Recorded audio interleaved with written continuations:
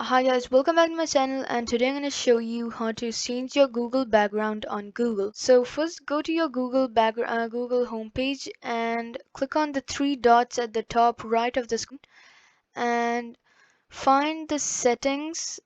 Yeah, and then click on that and find appearance. It's over here, and and find the theme button there.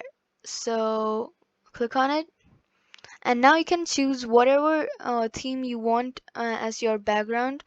You have Latino artists and published by Chrome, dark and black themes, etc. So you can click on one and add to Chrome.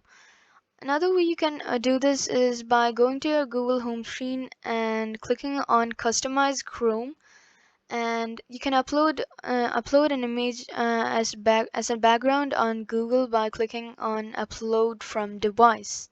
You can choose from here also, and done. You'll get this. So that's it. Bye. Subscribe.